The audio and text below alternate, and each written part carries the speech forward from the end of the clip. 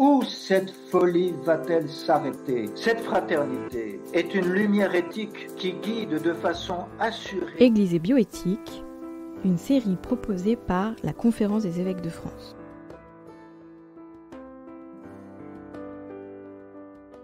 Thérapie génique germinale, voulons-nous des enfants génétiquement modifiés?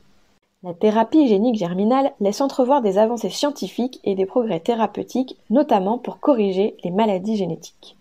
Mais la modification génétique directe des cellules reproductrices reviendrait à faire naître un être humain génétiquement modifié. Cela aurait des conséquences qui sont aujourd'hui imprévisibles sur toute sa descendance. C'est un enjeu crucial pour l'humanité.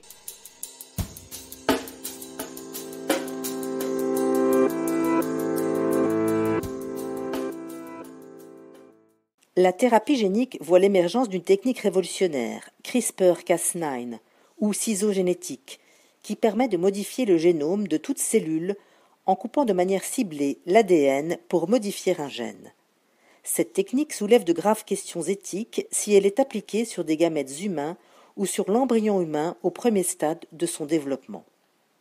Si la technique en elle-même ne pose pas de problème éthique, l'usage qui pourrait en être fait sur des cellules dites germinales se heurte à deux enjeux éthiques majeurs. D'abord, la transmission à la descendance.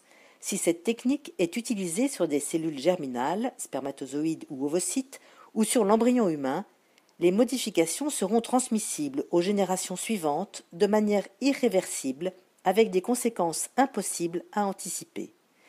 C'est comme si l'on modifiait le disque dur d'un être humain avant même sa conception et sa naissance. Deuxième enjeu éthique majeur, les dérives eugéniques. La technologie peut être utilisée pour dicter quel gène un embryon devrait ou ne devrait pas avoir, avec, à la clé, la possibilité de créer des enfants sur mesure, conduisant à de possibles dérives eugéniques.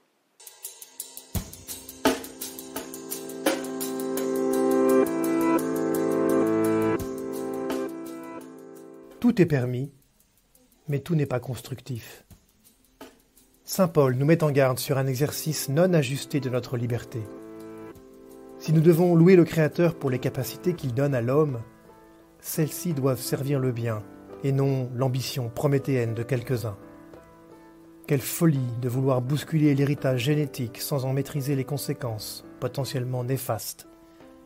La prudence est une vertu à cultiver pour poser un juste discernement afin que l'emploi de techniques ne rende pas le remède pire que le mal.